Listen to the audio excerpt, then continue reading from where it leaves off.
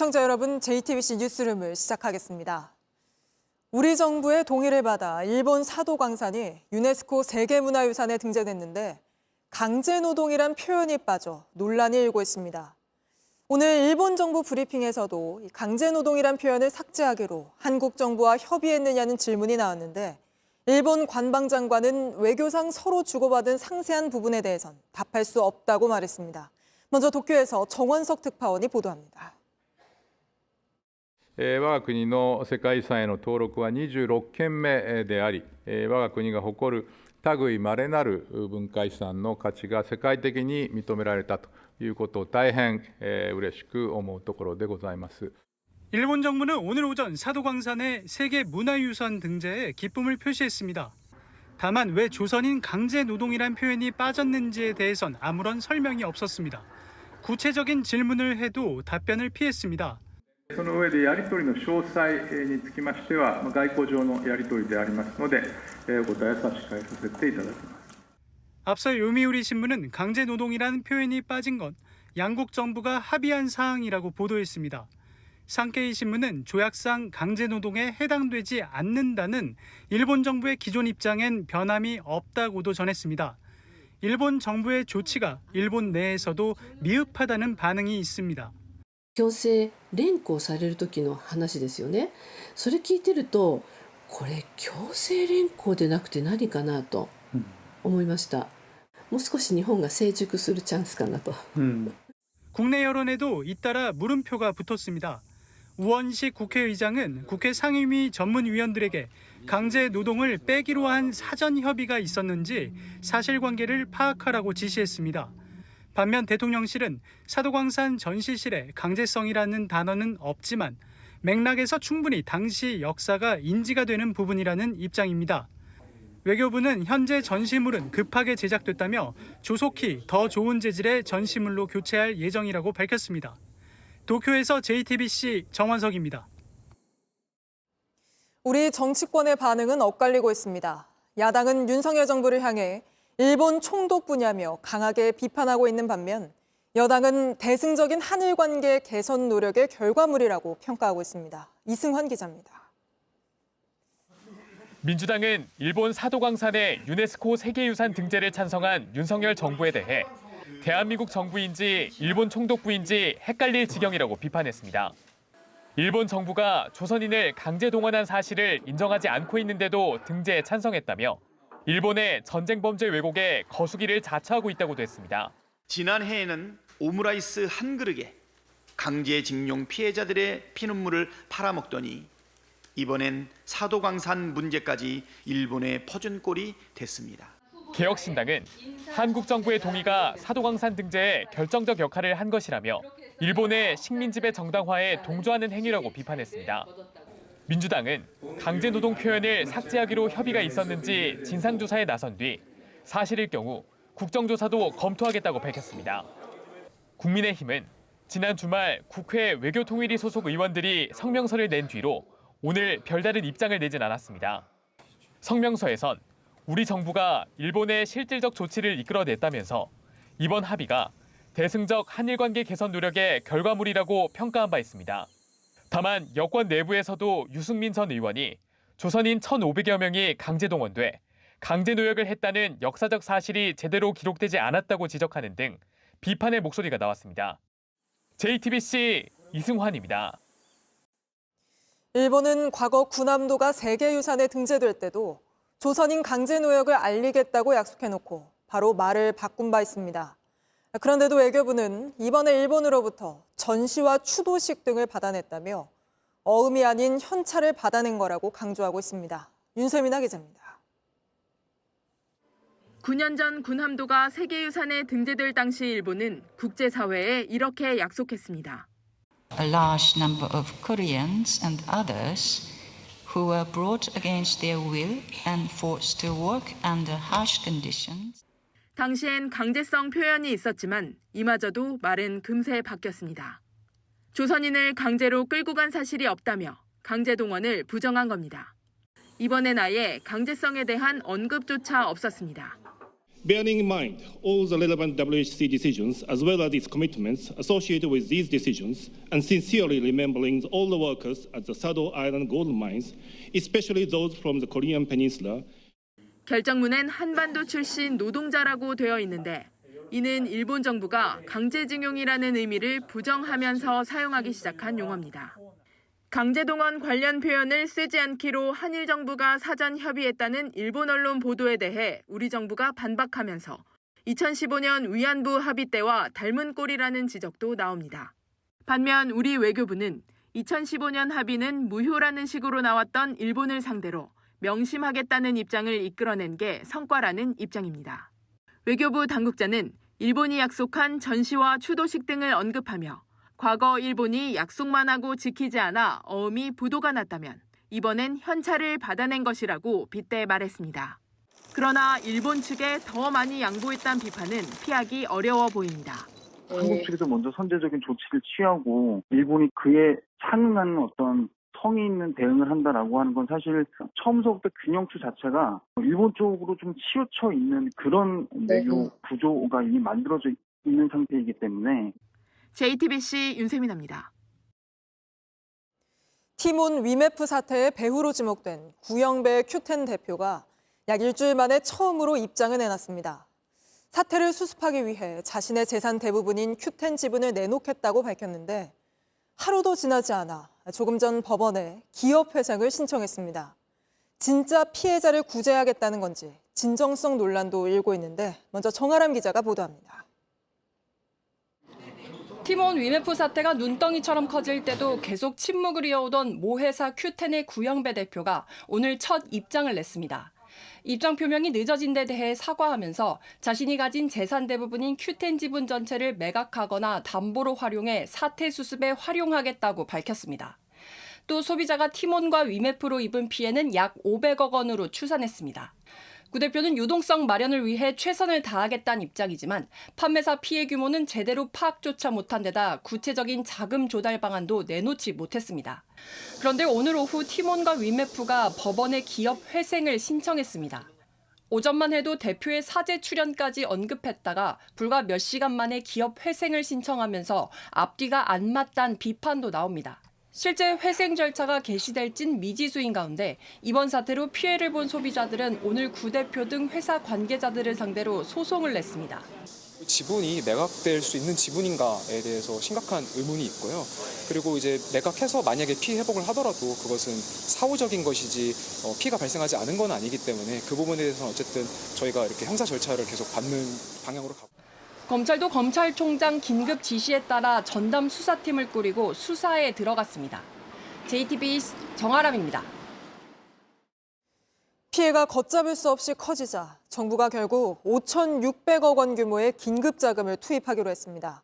피해 소상공인들에게 저금리 대출을 해주겠다는 건데 문제는 피해 규모가 지금 추산하고 있는 2천억 원대를 훌쩍 넘는 5천억 원까지 불어날 수 있다는 겁니다. 이어서 정혜성 기자입니다. 티몬, 위메프 사태로 피해를 입은 판매자들이 한자리에 모였습니다. 백일치가 자금이 묶여 있거든요. 입점업체들 피해는 입점업체를 포함한 그걸 공급하는 공급자한테 연쇄적으로 경제 경색을 자금력을 일으켜서 부도로 이어질 수 있는. 사태가 커지자 정부는 오늘 이런 판매자를 대상으로 최소 5,600억 규모의 유동성을 지원하겠다고 밝혔습니다. 여기엔 긴급 경영 안정자금 2천억과 신용보증기금 등 정부기관이 보증 지원 등을 해주는 3천억이 포함됐습니다. 피해 금액만큼 혹은 정부가 정한 한도 안에서 낮은 금리로 대출을 받을 수 있는 겁니다. 하지만 이걸론 한계가 있다는 목소리도 나옵니다. 정부가 추산한 피해 규모는 약 2,100억인데 이건 5월 판매분까지만 집계한 수치입니다. 곧 만기가 돌아오는 6월, 7월분까지 추가하면 피해가 5천억에 육박할 거란 관측이 나옵니다. 티몬은 최장 60일, 위메프는 최장 77일간 판매자의 판매 대금을 자사의 재무팀에서 보관하고 있던 거예요. 6월 달부터 판매됐던 것들은 이제부터 특히 사태가 불거지기 직전 티몬과 위메프는 공격적인 마케팅을 펼치며 판매자를 더 끌어모았습니다. 올해 4월부터 6월까지 특판전을 인하여 고가의 전자제품 같은 상품이나 여행 상품들을 대량으로 판매를 하고 있었는데 정부는 티몬과 위메프를 제재하는 방안도 검토 중인데 피해자들은 더 근본적인 대책을 요구하고 있습니다. 75일의 결제일이 15일로 줄어들면 8일로 줄어들면 대금을 가지고 있는 시간이 줄기 때문에 설령 이런 사태가 나타나도 현저하게 피해가 줄일 수 있습니다. JTBC 정혜성입니다. 오늘도 숨이 턱턱 막히는 찜통더위가 기승을 부렸습니다. 특히 높은 습도 탓에 후텁지근하고 불쾌한 더위가 계속되고 있는데 열대야가 열흘째 이어지고 있는 강릉에 저희 취재 기자가 나가 있습니다. 자, 임예은 기자, 해수욕 즐기는 분들 많이 보이는데 바닷가는 좀 시원합니까? 네, 이 시간인데 햇볕은 상당히 따갑고 바닷바람도 뜨겁습니다. 오늘 강릉의 낮 기온은 34.3도까지 올랐는데요. 이 온종일 달궈진 모래사장에 서 있자니 제 발바닥이 뜨끈뜨끈할 정도입니다. 그나마 이렇게 좀 물에 발을 담궈야 더위가 좀 가시는 느낌이 듭니다. 그래서 오늘 오후 경포해수욕장에 상당히 많은 사람들로 붐볐는데요. 이제 곧 해가 지는 시간인데도 많은 피서객들이 해수욕을 즐기고 있습니다. 왜 그런지 직접 이야기 들어보시겠습니다. 예, 서울에서 더위 피하려고 왔는데 강릉 와도 너무 덥더라고요. 그래서 밤에도 바닷가 근처에 있어도 너무 더웠어요. 네, 강릉은 열대야가 계속되고 있는데 지난 밤에도 무척 더웠죠? 네, 강릉은 벌써 열흘째 열대야가 이어지고 있습니다. 보시는 것처럼 어젯밤 강릉과 속초에는 최저 기온이 30도를 넘어갔습니다. 이른바 초열대야인데요. 이 정도까지는 안 되더라도 전국 곳곳에 25도를 넘는 열대야 더위가 이어졌습니다. 올해 전국 평균 열대야 일수는 7일입니다. 근래 가장 더웠던 여름으로 꼽히는 2008년 같은 기간보다 많습니다. 이 낮밤 가리지 않는 한증막 더위는 당분간 이어질 것으로 보입니다. 네, 이렇게 더위가 계속되다 보니까 피해도 늘어나고 있죠? 네, 보통 장마 기간 끝나면 굉장히 덥다고 알려져 있는데요. 벌써 온열 질환자 1000명에 가깝습니다. 이 사람만 더운 게 아니라요. 폭염으로 폐사된 가축만 11만 마리입니다. 이게 작년 같은 기간보다 5.8배 많습니다. 많이 더위를 먹어서 지금 숨을 굉장히 험하게 쉬고 있고요. 잠을 못 자고 있습니다. 네, 그렇다 보니까 종일 냉방기기에 의지하게 되는 분들 많은데 주의가 필요하다고요. 네, 어제 저녁 경남 김해의 한 아파트에선 에어컨에서 불이 났습니다.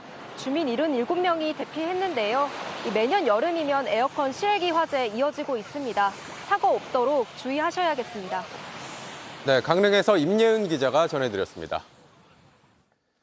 조금 전 들으신 것처럼 온열 질환자가 1000명 가까이 발생하는 등 계속되는 무더위에 건강을 해치는 경우가 늘고 있습니다. 이런 날씨엔 의식적으로 물을 자주 마시고 틈틈이 휴식하는 게 중요합니다. 자칫 심장이나 뇌에 문제가 생길 수 있습니다. 황예린 기자가 설명해 드립니다. 하루 종일 밖에서 일하는 택배 노동자. 책넓은 모자를 쓰고 민소매를 입었지만 무더위에 늘 약합니다. 물을 좀 되도록 많이 마시려고 합니다. 덥다 보면은 이제 막상 일할 때는 잘 못 느끼는데 이제 일 끝나고 집에 가면은 진이 빠져갖고 축 처져갖고 이제 좀 그냥 뭐 누워 있거나. 체감 온도 35도를 웃도는 폭염은 심뇌혈관 질환을 일으킬 위험이 있습니다. 과도하게 탈수가 되면서 혈전이나 이런 위험성들이 높아지기 때문에 급격한 이제 혈전성 사건들로 인해서 문제가 올 수 있는 가능성이 하나가 있고, 심장이 너무 과도하게 뛰게 된다던가 에너지 소모가 많아지게 돼서 신체적 부담을 더 가중시키게 되거든요. 실제 뇌질환과 심근경색으로 치료받은 환자는 1, 2월 겨울철보다 7, 8월 여름철에 더 많았습니다. 가마솥 더위가 기승을 부릴수록 경제적 비용도 더 컸습니다. 최악의 무더위를 기록한 2018년의 비용은 전후 연도와 비교해서도 크게 높습니다. 어지럼증이 심하다던가 아니면 이제 가슴이 두근거리거나 답답하거나 아프거나 이런 증상들이 이제 뭐 10분 이상 지속되거나 정도가 이제 심하다면은 뭐 즉각적으로 병원을 응급실이라도 이제 진료를 보셔야 되는. 특히 올해는 밤낮을 가리지 않는 더위가 이어져 온열 질환자 수가 벌써 1000명에 가까워지고 있습니다.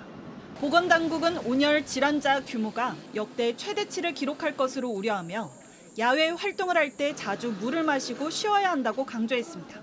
JTBC 황예린입니다.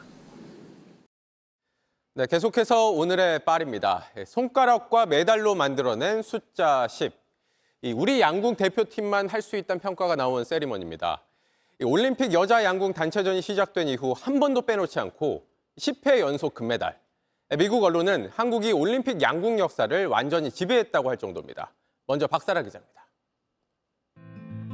중국 마지막 선수의 화살이 9점을 찍자 냉정하기만 했던 우리 선수들의 감정이 터져나왔습니다. 환호 대신 서로의 어깨를 잡고 서로의 눈물을 닦아주기만 했습니다. 저희가 이렇게 역사를 이어갈 수 있다는 것에 대해서 너무 영광스럽다고 생각하고요. 저희가 계속 도전하는 한 어디까지 연패가 될지 모르겠습니다. 양궁 여자 단체전이 올림픽 종목으로 도입된 게 1988년. 이번 파리 올림픽까지 우리나라는 한 번도 금메달을 놓친 적이 없습니다. 우리 양궁이 단 한 번도 정상의 자리를 내주지 않았던 배경엔 공정하고 투명한 선발 과정이 꼽힙니다. 양궁에선 한국 1위가 곧 세계 1위라는 말이 나올 정도입니다. 이번 단체전에 나선 3명의 선수조차도 모두 올림픽에 처음 나섰지만 시상대 맨 위에 섰습니다. 양궁협회의 변치 않은 선발 기준, 새로운 훈련 방식 도입도 선수들의 경쟁력을 끌어낸 계기가 됐습니다. 정신적으로도 너무 흥분하지도 않고 그렇다고 침체되지도 않고 그러한 정신으로 잘 해나갔으면 좋겠습니다. 경기가 끝나고 중국 선수들에겐 한국 양궁을 언제 이길 수 있느냐는 질문이 이어졌습니다. 미국 언론은 10연패 소식에 농담 아니냐고 놀라워했고 또 한국이 올림픽 양궁 역사를 완전히 지배했다고 평가했습니다. JTBC 박사라입니다. 네, 조금 전 사격에서도 금메달 소식이 전해졌습니다. 선수단에서 가장 어린 17살 반효진 선수입니다. 파리로 가보겠습니다. 자, 오늘의 기자, 조금 전 사격 반효진 선수가 금메달 따냈죠? 네, 사격 공기소총 여자 10m의 반효진 선수가 깜짝 금메달을 선물했습니다. 예상 못한 금메달이었지만 이번 올림픽에서 보여준 기록은 놀라운데요. 하루 전 본선에서도 올림픽 신기록으로 1위였는데 결선에서도 올림픽 신기록으로 금메달을 땄습니다. 더구나 중국의 황희팅과 연장전 성격의 슈도프를 이겨내고 우리 사격에 2번째 금메달을 안겼습니다. 이 메달은 우리 올림픽 역사에서 통산 100번째 금메달이기도 합니다. 네, 그런데 반 선수는 사격을 시작한 지 3년밖에 안 됐다면서요? 네, 반효진 선수는 사실 이제 17살로 고2 학생입니다. 우리 선수단의 막내인데요. 사격을 시작한 게 2021년입니다. 그러니까 3년 만에 금메달을 딴 거죠. 사실 내년 대표 선발을 목표로 경험 삼아 나선 올림픽 선발전에서 선배들을 노르고 1위로 통과를 했고 이번엔 올림픽 금메달까지 따낸 겁니다. 네, 양궁에 이어서 사격까지 우리 선수들 이렇게 잘하는 비결이 뭘까요? 네, 조금 전 반효진 선수 아버지와 통화를 해봤습니다. 아빠보다 100번 낫다고 기뻐하면서도 효진이가 굉장히 시크하다면서 냉정하고 차분한 딸의 성격을 꺼내놓기도 했습니다. 이번 사격 대표팀에는 좀 발랄한 괴짜들이 많은데요. 사격도 재미삼아 시작했다가 대표가 되고 메달을 따는 기적을 이어가고 있습니다. 어제 공기권총에서 금메달을 딴 오예진 선수의 경우 올림픽 출전권을 따내려고 자비로 국제대회에 나가 금메달을 딴 당찬 이력을 가지고 있기도 합니다. 반효진 선수는 올림픽이 끝나면 나도 뉴스나 예능 프로그램에 나갈 수 있을까 하는 귀여운 상상을 해봤다고 하는데요. 꿈이 현실로 바뀌었습니다. 과거 투기 종목에서 금메달을 많이 땄던 우리 대표팀. 이제 대세는 총, 검, 활로 바뀌고 있는 모습입니다. 네, 잘 들었습니다. 지금까지 파리에서 온누리 기자가 전해드렸습니다. 오늘 국회에서는 조지호 경찰청장 후보자에 대한 인사청문회가 열렸습니다. 얼마 전 최상병 사건 수사 결과를 심의했던 경찰 수사심의위원회와 최근 불거진 세관 마약 수사 외압 의혹을 두고 여야가 거센 공방을 이어갔습니다. 먼저 박준우 기자입니다. 야당은 경찰 수사심의위원회 문제부터 짚었습니다. 경북청의 수사심의위원회 심의 결과서 자료 요구를 했더니 비공개 사안으로 제출이 어렵다는 답변을 받았습니다. 왜 임성근 전 해병대 1사단장의 책임이 없다고 했는지 보려 했지만 자료도 받아볼 수 없었다는 겁니다. 여당은 받아쳤습니다. 이 문재인 정부가 그 외부 전문가의 의견을 참고하고자 이 출범시켰지 않습니까? 그죠? 조지호 경찰청장 후보자는 면밀히 살펴보겠다고 했습니다. 제도의 장점을 살리고 단점을 최소화하는 범위 내에서 검토해 보도록 하겠습니다. 특히 야당에선 세관 수사 외압 의혹을 두고 대통령실이 개입한 제2의 최상병 사건이라는 주장도 나왔습니다. 수사와 관련해서 용산이 관여된 거 아니냐는 의혹이 제기됐습니다. 제2의 최해병 사건이 아닌 생각이 듭니다. 외압의 당사자로 지목된 조병로 경무관의 인사 조치와 수사도 요구했습니다. 그렇지는 않습니다. 그게 단서가 있으면 당연히 경찰은 수사를 하는 겁니다. 조 후보자가 조 경무관과 윤석열 대통령 인수위원회에서 함께 일한 경력도 문제 삼았습니다. 조 후보자는 조 경무관이 인수위에 파견됐다는 건 파견이 해제된 뒤에 알았다고 답했습니다. JTBC 박준호입니다. 오늘 청문회에는 의혹이 제기된 이른바 세관 사건을 수사한 백혜룡 전 영등포서 형사과장도 출석했습니다. 당시 외압이 있었다며 윗선에서 용산에서 심각하게 보고 있다는 취지의 말을 했다고 주장했는데 당사자들은 사실과 다르다고 부인했습니다. 계속해서 한민정 기자입니다. 지난해 말레이시아 마약 밀수단 사건을 수사한 백혜룡 전 영등포서 형사과장이 수사 외압이 있었다고 주장했습니다. 세관 공무원 연루 의혹을 보도자료에 담지 못하게 했다는 겁니다. 이 사건 용산에서 알고 있다.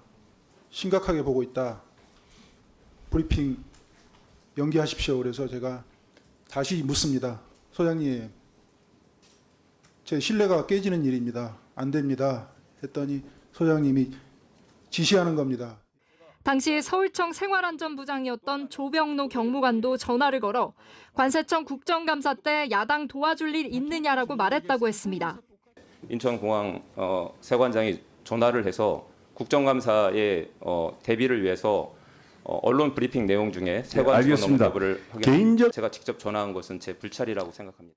조 경무관은 이른바 멋쟁 해병 대화창에서 이종호 씨가 승진을 시켜줄 것처럼 언급했던 경찰 간부입니다. 조 경무관은 이 씨와 모르는 사이며 승진 청탁을 한 적이 없다고 했습니다.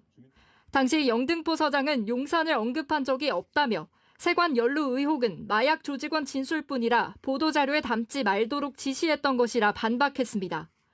당시 서울경찰청 형사과장은 보도자료 내용을 실무적으로 조율했을 뿐 수사 외압은 없었다고 했습니다.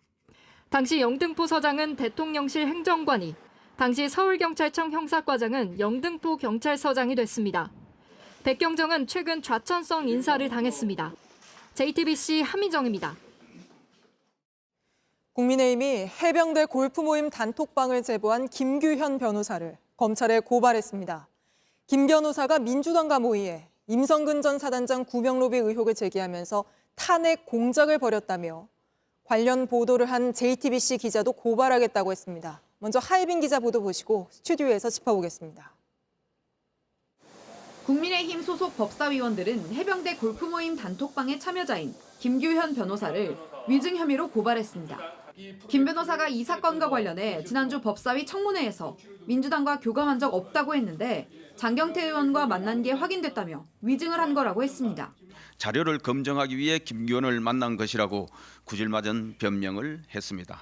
법사위원이 청문회 참고인인 김규현을 사전에 만난 것 자체만으로도 사기 탄핵 공작입니다. 국민의힘은 김 변호사가 민주당과 함께 임성근 전 사단장 구명 로비 의혹을 기획했다며 사기 탄핵 공작 진상규명 TF를 구성하겠다고 밝혔습니다. 관련 보도를 한 JTBC 기자도 곧 고발할 방침이라고 밝혔습니다.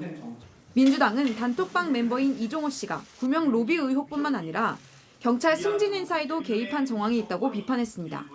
혹시라도 이 모든 국정농단에 김건희 여사가 연루되어 있기 때문은 아닌지 묻지 않을 수 없습니다. 주가 조작에 가담한 인물이 공직 인사에도 관여한 건 국정농단이라면서 최상병 특검 수용을 촉구했습니다. JTBC 하예빈입니다. 이렇게 구명 로비 의혹이 정치권으로 번진 가운데 여권 일각에선 JTBC의 보도가 있기까지 야권의 제보 공작이 있었다는 주장까지 하고 있습니다. 스튜디오에서 유선희 기자와 짚어보겠습니다. 자, 유 기자, 먼저 이것부터 확실히 짚고 가겠습니다. JTBC 보도가 제보 공작에 의한 거라는 주장, 사실입니까? 전혀 아닙니다. 지금부터 하나하나 설명을 해드리겠습니다. 네, 그럼 차례로 짚어보죠. 먼저 이 제보자가 김규현 변호사라는 걸 왜 감췄느냐고 공격하는데 이 부분부터 짚어보죠. 네, JTBC가 이종호 씨 그리고 김규현 변호사의 녹취를 처음 보도한 게 지난 9일입니다. 그런데 김규현 변호사는 그 전에 이미 공수처에 공익신고를 했고 네. 또 보도 닷새 전이죠. 지난 4일에 공수처에 직접 출석해서 수사까지 받은 상태였습니다. 그럼 본인이 신분을 밝히는 걸 원하지 않는데 언론사가 보도를 한다고 실명을 보도하게 되면 그 자체로 이렇게 법 위반이 됩니다. 그런데도 국민의힘 권성동 의원은 지난 17일 JTBC에 묻겠다. 기사에 나온 공익신고자가 김규현 변호사냐 이렇게 실명을 거론해서 물었고요. 그래서 그날 김 변호사가 스스로 신분을 밝히기로 결심을 하고 직접 뉴스룸에 이렇게 나와서 출연을 했습니다. 네. 이게 이제 전부가 되는 겁니다. 네, 그리고 또 김규현 변호사가 민주당 공천을 신청했었기 때문에 제보 의도가 의심된다는 주장도 지금 하고 있습니다. 여기에 대해서도 좀 짚어볼까요? 이건 이종호 씨 그리고 김규현 변호사의 지난 3월 4일 통화 녹취를 먼저 들어보면서 설명해 드리겠습니다. 여보세요. 아유 선배님. 기현아 통화 되냐? 너 얼마나 바쁘면 내가 전화 안 하면 니 전화 안 하냐? 네, 이렇게 들으신 것처럼 이종호 씨가 김규현 변호사에게 먼저 전화를 건 상황이고요. 그 상황에서 이제 김 변호사의 민주당 공천 상황을 묻게 됩니다. 들어보시죠. 아니 이번에 왜 저 공천 안 주디 너는? 공천이요? 어. 아유 그게 뭐 쉽습니까? 니 이번에 국회의원 한다며?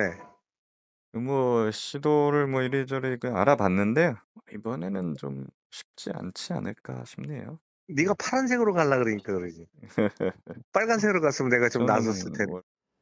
그러니까 이렇게 빨간색, 그러니까 국민의힘으로 출마를 했으면 내가 좀 힘을 써줄 수 있었을 텐데라고 이렇게 말을 하더니 임성근 전 사단장 얘기도 이제 먼저 꺼내게 됩니다. 들어보시죠. 어떠냐 요즘은? 저는 그냥 대충 지내고 있습니다.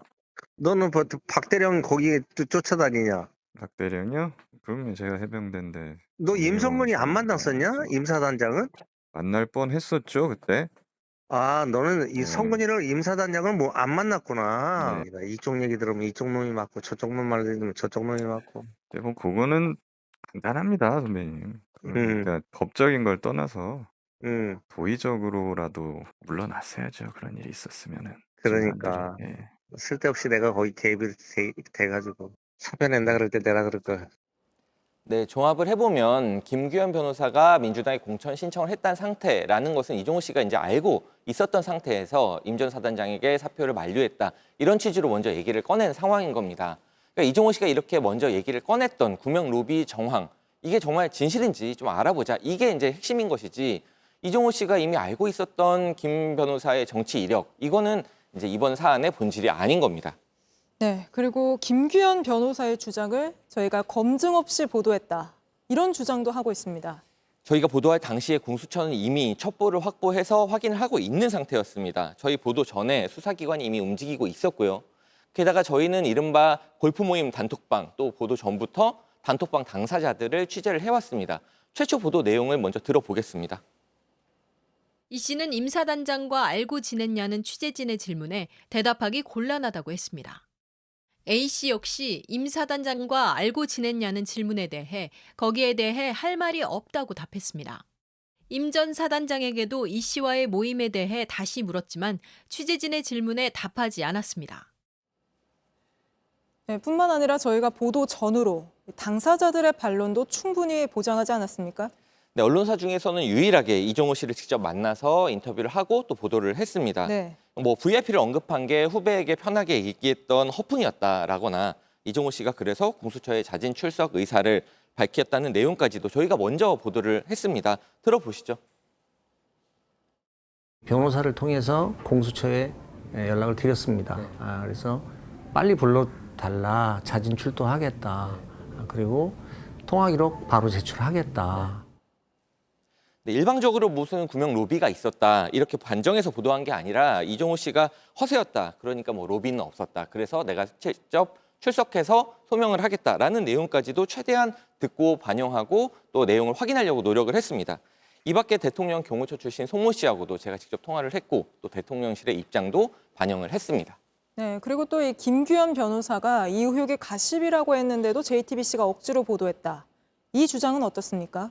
권성동 의원의 주장인데요. 그러니까 김 변호사가 지난해 말 술자리에서 뭐 가십처럼 흘린 얘기를 JTBC가 검증도 안 하고 보도를 했다, 이런 내용입니다. 네. 근데 이거는 시점 자체가 좀 잘못된 내용입니다. 저희가 해당 의혹을 전에 듣고 그리고 김 변호사랑 접촉하기 시작한 거는 지난 5월이거든요. 네. 김 변호사가 지난해 말에 술자리에서 가십처럼 얘기를 했는지 진실을 얘기했는지는 알 수 없지만 그 얘기를 들은 거는 JTBC가 아닙니다. 네. 그리고 또 이 보도가 저희 JTBC가 민주당하고 짜고 한 정원 유착 공작이라는 주장도 하고 있습니다. 저희가 보도 시점 그리고 내용과 관련해가지고 어떤 정당하고도 상의를 한 바가 없습니다. 네. JTBC는 그동안 최상병 순직 사건 그리고 수사 외압 의혹을 최선을 다해서 검증하고 또 보도를 해왔습니다. 대표적인 게 공수처도 확보한 VIP 경로설 녹취 그리고 또 추가 증언 보도입니다. 이종호 씨의 임성근 사단장 구명 로비 의혹도 이런 연장선상에 있었을 뿐입니다. 이미 공수처가 수사를 하고 있던 사안을 충실하게 외곽 취재를 하고 또 반론을 받아서 정당한 의혹 제기를 한 것이고, 이런 의혹 제기야말로 언론의 본래 존재 이유기도 합니다. 네, 알겠습니다. 유선희 기자, 오늘 여기까지 짚어보겠습니다. 저희는 최상병 관련 의혹 계속해서 취재하겠습니다. 네, 충남 청양 한 주택에서 불이 나 3살 아이와 70대 할머니가 함께 숨졌습니다. 마을의 유일한 어린 아이였는데 밭일 때문에 집을 비웠던 부모는 미안하다며 오열했습니다. 정영재 기자입니다. 안녕히 계세요. 이 아이 이름은 김윤성입니다. 올해 3살입니다. 아이 아빠는 한국인, 엄마는 베트남 사람입니다. 지난 2008년 결혼했고 늦게 아이를 얻었습니다. 엄마는 아들과 안고 있을 때 가장 행복했습니다. 이런 윤성이 이제 더 만날 수 없습니다. 연기가 치솟고 물을 뿌리자 처마는 무너집니다. 윤성이가 살던 집입니다. 어제 오후 5시 30분쯤 불이 났고 금세 다 탔습니다. 아내 윤성이와 베트남에서 아이 보러 온 할머니가 있었습니다. 밭일 하러 나갔던 아빠, 엄마는 울었습니다. 너무 예뻐요. 새벽 자는 얼굴 본 게 마지막이 됐습니다. 잠 깨고 나오려면 들고 잡아당기고 같이 놀아달라고 해서. 없는 살림, 오래된 나무집에서 아이를 보냈다는 게 미안했습니다. 앞으로 더 잘해줘야 하는데 땅도 만들어주고 돈도 많이 벌어서 통장에 넣어주기도 하고. 윤성이는 마을의 한 명뿐인 어린이였습니다. 어른들은 아이가 먹던 바나나 우유를 현장에 뒀습니다. 사람들이 좋아서 동네 애가 없으니까 입에서 아무나 이리 와 서로 막 안에서 잡고. 감식팀은 두 주검이 발견된 주방을 집중 살폈습니다. 하지만 많이 웃던 아이는 이제 돌아오지 않습니다. JTBC 정영재입니다. 서울 강남경찰서는 구영배 큐텐 대표, 류광진 티몬 대표, 류화현 UMF 대표를 긴급 출국 금지했다고 밝혔습니다. 검찰과 경찰은 이들의 출국을 막고 신속하게 수사에 착수했습니다. 경찰은 오늘 오후 피해자들이 접수한 고소고발장을 수사 1과에 배당했고, 서울중앙지검 반부패 수사 1부는 검사 7명을 투입한 전담 수사팀을 꾸렸습니다. 미국 트럼프 전 대통령이 발탁한 벤스 부통령 후보, 과거 발언들이 잇따라 구설에 오르면서 공화당 내부에서조차 최악의 선택이었다는 말이 나오고 있습니다. 트럼프가 조만간 벤스에 대한 지명을 철회할 수도 있다는 관측도 나옵니다. 워싱턴 김필규 특파원입니다. JD 벤스 공화당 부통령 후보를 궁지에 몰아넣은 건 3년 전 TV 인터뷰에서 한 이야기입니다. We're effectively run in this country via the Democrats, via our corporate oligarchs, by a bunch of childless cat ladies who are miserable at their own lives and the choices that they've made. 카멀라 해리스 부통령을 저격한 건데 해리스의 의붓딸까지 나서 반발하면서 논란이 커졌습니다. 또 다른 인터뷰에선 흑인 여성들이 낙태를 많이 한다는 듯한 발언을 해 인종적인 편견을 고스란히 드러냈습니다. 그러자 일부 공화당 의원 사이에선 벤스의 지명은 최악의 선택이란 말까지 나왔습니다. 반면 민주당 쪽에선 자신들을 위해선 벤스가 최고의 선택이라며 조만간 그의 지명이 철회될 가능성도 제시했습니다. He already has a whole lot of baggage. He's probably going to be more baggage over the weeks because we'll hear more things about him. Or does he pick someone new? It's his choice. 하지만 트럼프 캠프에선 여전히 벤스가 정권 회복을 위한 완벽한 파트너라며 감쌌습니다. 트럼프가 부통령 후보 문제로 수세에 몰리는 동안 민주당의 카멀라 해리스는 호감도나 작은 면에서 상승세를 이어가고 있습니다. 이날 ABC 방송이 발표한 여론조사에 따르면 해리스의 호감도는 43%로 한 주 전에 비해 8%포인트나 올랐습니다. 바이든 대통령이 재선 포기를 선언한 직후부터 일주일 동안 모인 기부금도 2,700억 원을 넘었습니다. 워싱턴에서 JTBC 김필규입니다.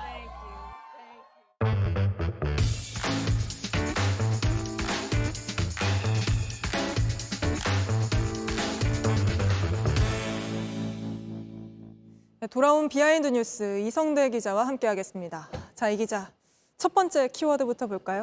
네, 오늘 첫 번째만 보겠습니다. 오늘 하나인가요? 그렇습니다. 무관중 필리버스터라고 정해 봤는데요. 자, 국민의힘이 지금 방송관계법 4건에 대한 처리를 막기 위해서 지난 25일부터 필리버스터를 진행 중에 있습니다. 지금도 네. 진행하고 있죠. 지금 내일 끝날 걸로 예상이 되기 때문에 5박 6일 정도 전망이 나오고 있습니다. 자, 그런데 지난 주말 국민의힘조차 그 자리에 없었던 상황이 있었습니다. 자, 그러자 의장이 직접 나와서 비판을 했는데 한번 들어보시죠. 누가 한 분이라도 와서 좀 들어야 어떤 논거로 찬성을 하고 있는지 당에 전달할 거 아닙니까? 이렇게 제가 한참 지켜봤는데 단 한 분도 안 계시는 건 매우 유감스럽습니다. 그렇게 하려면 필리버스터를 제기하지 마시든지.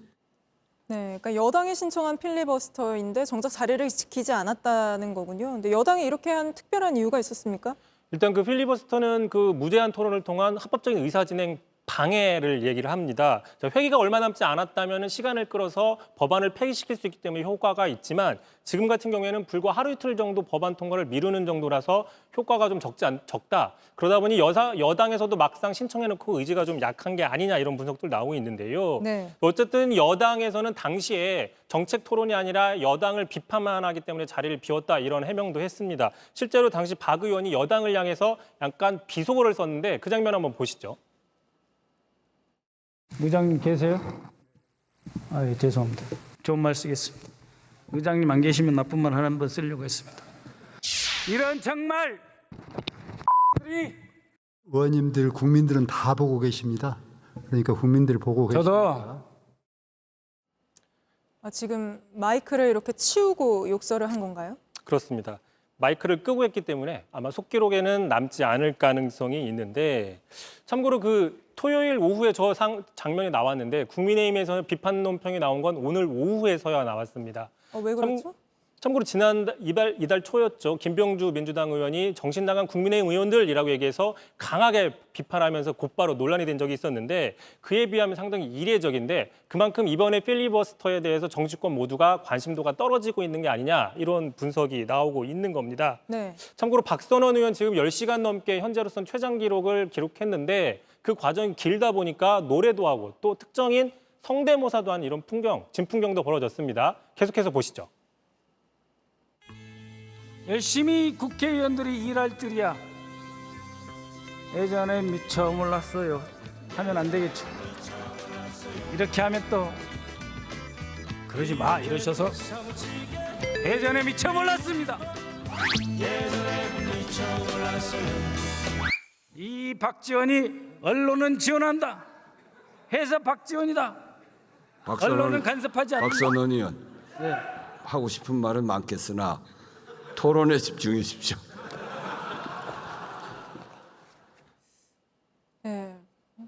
필리버스터가 처음 시행됐을 때와 분위기가 많이 달라진 것 같습니다. 이 제도가 좀 퇴색했다는 생각도 드는데요. 그렇습니다. 그 2016년이었죠. 민주당이 테러방지법에 반대한다면서 처음으로 시행했을 때만 해도 주말에도 저렇게 일반인들이 방청석이 꽉 차면서 열기, 그러면서 민주주의 학교다, 뭐 산 교육장이다라는 평가까지 나왔는데 네. 계속 제도가 진행이 되면서 상당히 불식되고 있다. 특히 지금은 대통령의 거부권 행사가 계속되고 또 거대 야권에서는 협의와 합의를 통한 법안 통과보다는 속도전을 통한 그 처리를 하다 보니까 이 무제한 토론의 순기능이 상실이 되고 주목을 받지 못한다. 경쟁의 도구로 전락하고 있다. 이런 비판들이 계속 커지고 있습니다. 네, 알겠습니다. 오늘은 여기까지 들어보겠습니다. 이성대 기자였습니다.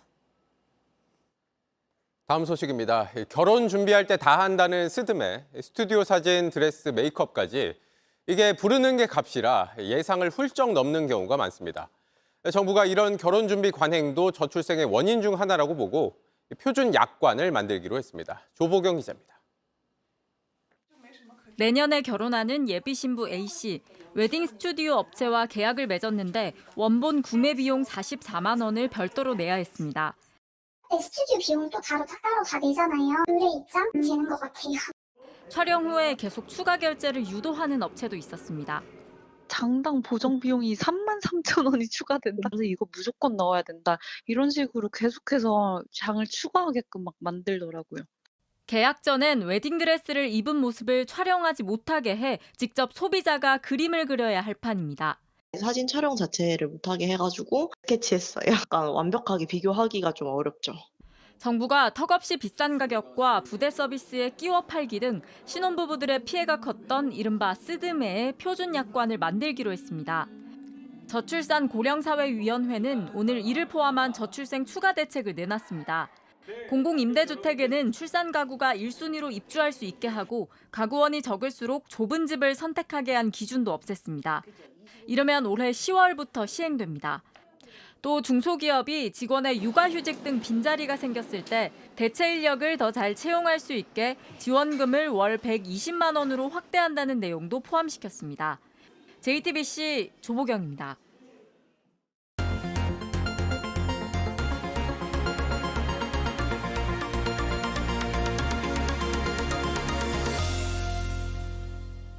이 주변을 오가는 전동 킥보드, 조금만 유심히 지켜봐도 왜 이렇게 사고가 많은지 알 수 있습니다.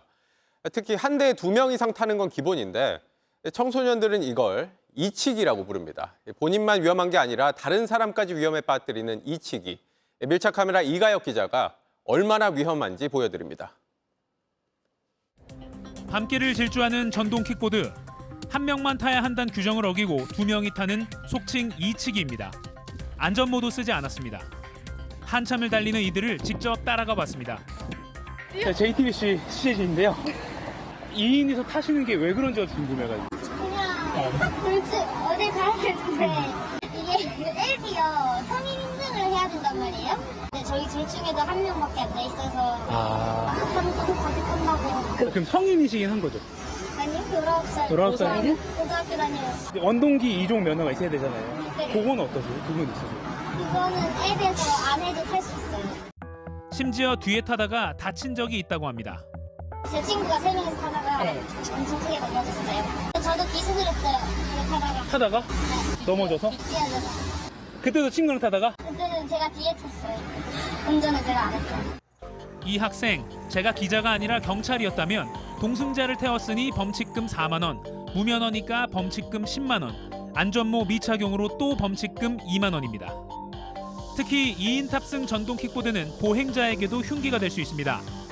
지난달에는 일산 호수공원에서 여고생 2명이 전동 킥보드 한 대를 같이 타고 가다가 60대 부부를 덮쳐 아내가 숨지고 남편이 다쳤습니다. 저기 입구에 있잖아요. 경포도 못 들어가게. 그래도 니는 떠들어라. 나는 모른다고 그냥 씩 가요.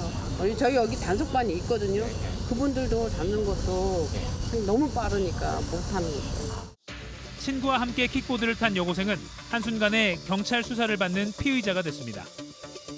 그럼 전문가의 도움을 받아서 한 명이 탔을 때와 2명이 탔을 때 비교 실험해 보도록 하겠습니다.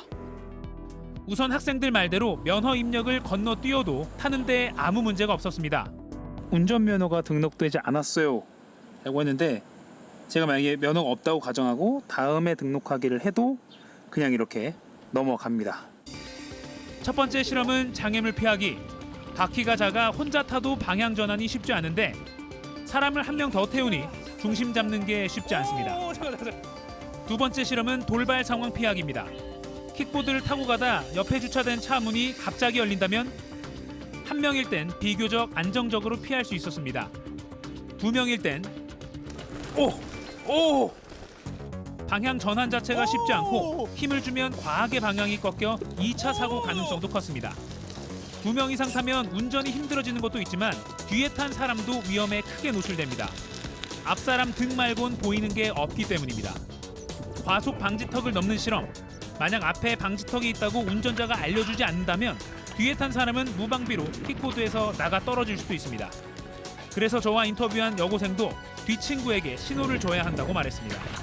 제가 쿵! 약간 이렇게 하면 친구가 뒤에서 약간 꽉 잡거나 약간 이렇게 하면 돼요. 이렇게 위험한 2인 탑승, 서울 대치동 학원가에서도 하루에 여러 건 어렵지 않게 찾아볼 수 있습니다. 혼자 탑승하기에 적합하게 제작된 1인용 전동 킥보드를 2명이 탑승을 하게 되면 제어가 어렵습니다.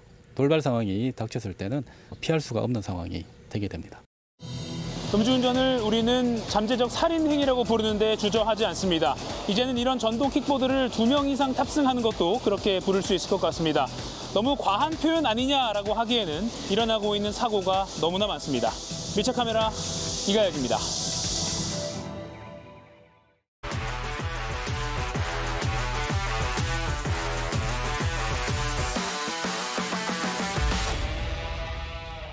스포츠 뉴스입니다. 용서를 받는 방법은 한국 축구의 발전뿐이다. 홍명보 축구대표팀 감독이 오늘 기자회견에서 남긴 말입니다. 감독 선임 과정을 둘러싼 비판 여론에 대해 축구로 보답하겠다며 정면 돌파 의지를 내비쳤습니다. 먼저 홍지용 기자입니다. 팬 여러분들에게 큰 상처와 실망감을 드렸다는 점에서 다시 한번 고개 숙여 죄송하다는 말씀을 드립니다. 기자회견이 시작되자 홍명보 감독은 축구 팬들을 향해 고개부터 숙였습니다. 미리 적어온 글을 읽으며 대표팀 감독 선임 과정에 얽힌 논란에 대해서 자신의 입장을 꺼냈습니다.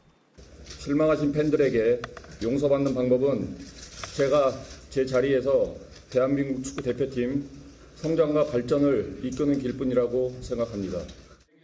계속되는 논란은 축구를 통해 풀어내며 정면 돌파하겠다는 의지로 비쳤습니다. 10년 전 브라질 월드컵에서 맛본 실패 배경도 얘기했습니다. 제가 아는 선수들만 뽑아서 쓰는 인맥 축구니 그런 얘기도 들었었고 그거는 인정을 합니다. 근데 하지만 지금은 그래도 K리그에서 3년 반 동안 생활을 했었고 대표팀 사령탑으로서 9월 월드컵 최종 예선까지 빨리 팀을 수습하겠다고 설명했습니다. 손흥민 선수를 앞으로도 팀의 주장으로서 신뢰를 하고 16강보다 더 나은 성적을 올리기 위해서 앞으로 많은 노력을 하겠습니다. JTBC 홍지용입니다. 홍명보 감독이 기자회견에 나섰지만 대표팀 감독 선임 과정을 둘러싼 여지는 계속되고 있습니다. 축구협회 해체까지 주장하는 청원은 5만 명을 넘어섰고 정부는 오늘부터 축구협회에 대한 현장 감사를 시작했습니다. 계속해서 강나현 기자입니다. 40분 넘게 이어진 기자회견 내내 홍명보 감독은 열심히 하겠다고 했지만 자신이 왜 뽑혔는지를 둘러싼 의문엔 제대로 답하지 못했습니다. 제 의견을 듣고 대표팀 감독직을 간곡히 요청하였고 저는 밤새 고심한 끝에 제안을 수락하였습니다. 축구협회가 왜 외국인 감독을 우선시하다 홍 감독으로 갑자기 선회했는지, 또 대표팀 사령탑직을 고사했던 홍 감독이 왜 마음을 바꿨는지에 대한 물음은 계속 이어집니다. 다른 외국인 감독 후보들과 달리 면접이나 발표를 거치지 않았다는 지적이나 정부의 축협 감사 착수에 대해서도 구체적인 답을 피했습니다. 전혀 저하고 얘기를 나눈 적은 없고요. 그거는 협회하고 이제 문체부의 또 관계고. 문화체육관광부는 서면 조사에 이어 오늘부터 현장 감사에 나섰습니다. 문체부 관계자는 감독 선임건과 예산 집행건을 집중적으로 들여다보고 있다며 이번 주 내내 현장 감사를 하고 9월 중하순까지 마무리할 예정이라고 밝혔습니다. 축구 팬들의 비판은 잦아들지 않고 있습니다.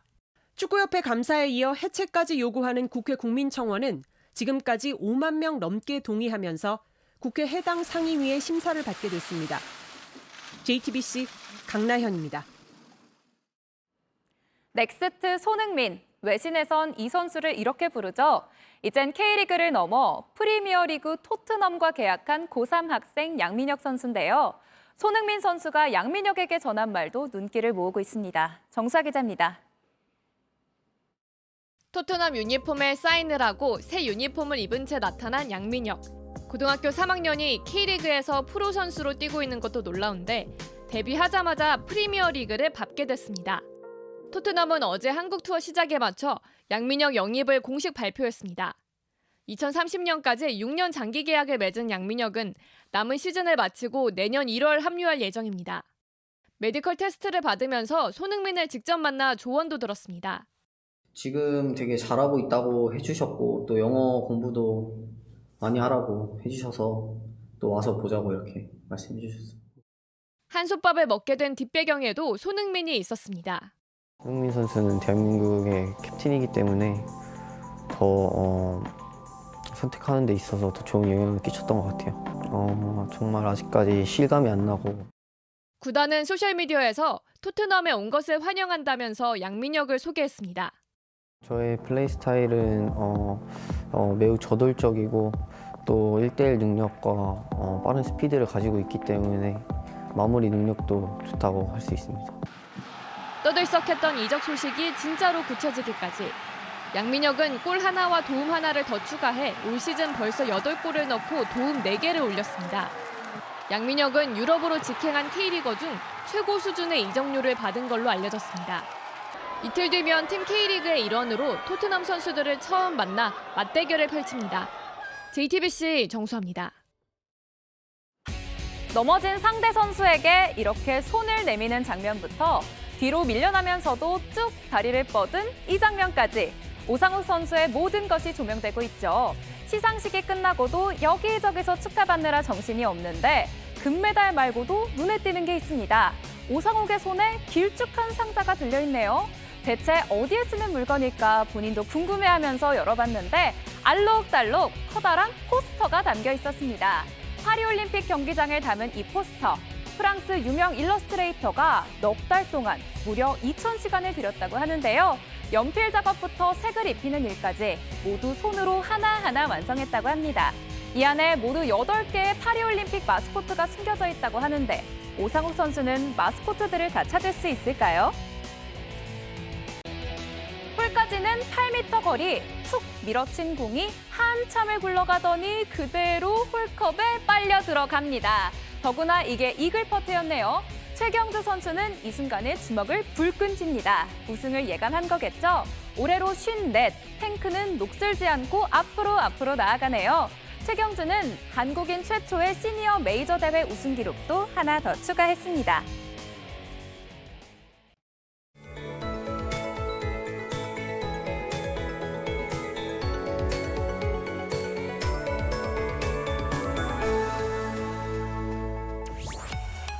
무더운 날씨 속 본격적인 휴가철이 시작됐죠. 바다를 찾은 피서객들은 시원한 물속에 풍덩 빠져 잠시나마 뜨거운 열기를 식히고 있습니다. 속초에서는 밤사이에도 기온이 30도 아래로 내려가지 않는 초열대야 현상이 나타났고요. 경남 양산은 낮 동안 사람 체온 수준인 36.5도까지 올랐습니다. 그 밖에 전국 대부분 지역에도 여전히 폭염특보가 발효 중인데요. 계속되는 폭염에 온열질환 환자가 속출하고 있는 만큼 무리한 야외 활동은 피하시기 바랍니다. 중북부 지역은 내일 오후까지 5에서 30mm의 비가 오락가락 내리겠고요. 강원 영동과 경북은 바람도 강하게 불겠습니다. 남해안에는 아침까지 짙은 안개가 끼겠습니다. 최저기온은 서울 26도, 강릉 29도로 오늘 밤에도 열대야가 나타나겠고요. 한낮엔 서울 31도, 대구는 36도까지 올라 날이 무척 덥겠습니다. 주 후반에도 수도권과 강원 영서에 비 소식이 있겠습니다. 날씨였습니다. 뉴스룸 저희가 준비한 소식은 여기까지입니다. 시청해주신 여러분 고맙습니다.